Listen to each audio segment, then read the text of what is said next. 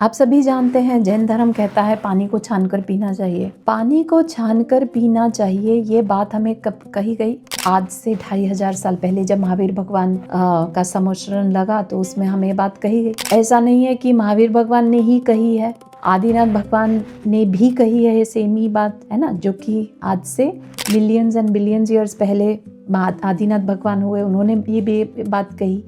और उससे पहले की जो 24 होगी, राइट, उन्होंने भी यही बात कही होगी। कहने का तात्पर्य ये है कि जल छानने की बात जब करी जाती है उसका कारण है कि जल में जीव होते हैं। दो तरह के जीव होते हैं, जो चल फिर सकते हैं, मतलब मूव कर सकते हैं, और जो मूव नहीं कर सकते। तो जो मूव कर सकते हैं उनको छान कर कंज्यूम करने को कहा है, ताकि उनकी हिंसा का दोष हमें ना लगे। आज तक हमने धर्म के नाम शास्त्रों में ये सब बातें पढ़ी थी, लेकिन हम मानने को तैयार नहीं होते। हमें लगता है अरे हमने आरओ वाटर पी रहे हैं या बिस्लेरी वाटर पी रहे हैं तो हम तो बहुत शुद्ध पानी पी रहे हैं, इसमें क्या बुराई है ना, हम तो अच्छा कर रहे हैं। लेकिन नहीं, शास्त्र कहते हैं कि जो प्रॉपर तरीके से छन्ना लगाकर जल छानने की विधि बताई है, उससे अगर हम छानेंगे तो जो वो मूव करने वाले जीव हैं तो वो उसमें से फिल्टर हो जाते हैं, वो नहीं उसमें आते छने हुए पानी में, और फिर हम उसको कंज्यूम करते हैं तो हमें दोष नहीं लगता।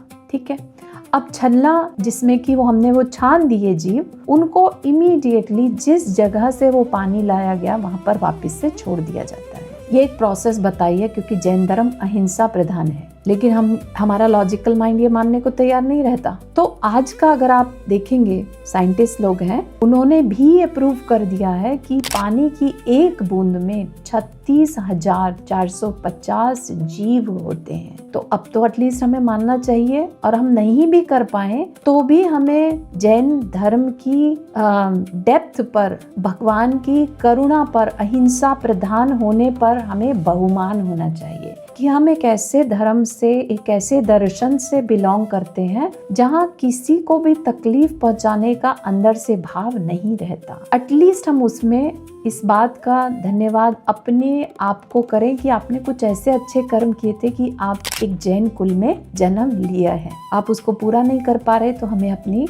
उसके बारे में निंदा गरहा कर लेनी चाहिए कि हम कर नहीं पा रहे, है ना। हमारी परिस्थिति ऐसी है कि हम उतना फॉलो नहीं कर पा रहे, लेकिन हमें इन रियलिटी पता रहना चाहिए कि वास्तव में जैन धर्म में जन्म लेने का कितना बड़ा हमें फायदा हो सकता है अगर हम उसको पूरी तरह से समझें। ये एक छोटी सी डिस्कशन हमने करी जल को छानने से रिलेटेड, पानी को फिल्टर क्यों करना चाहिए जैन पद्धति से।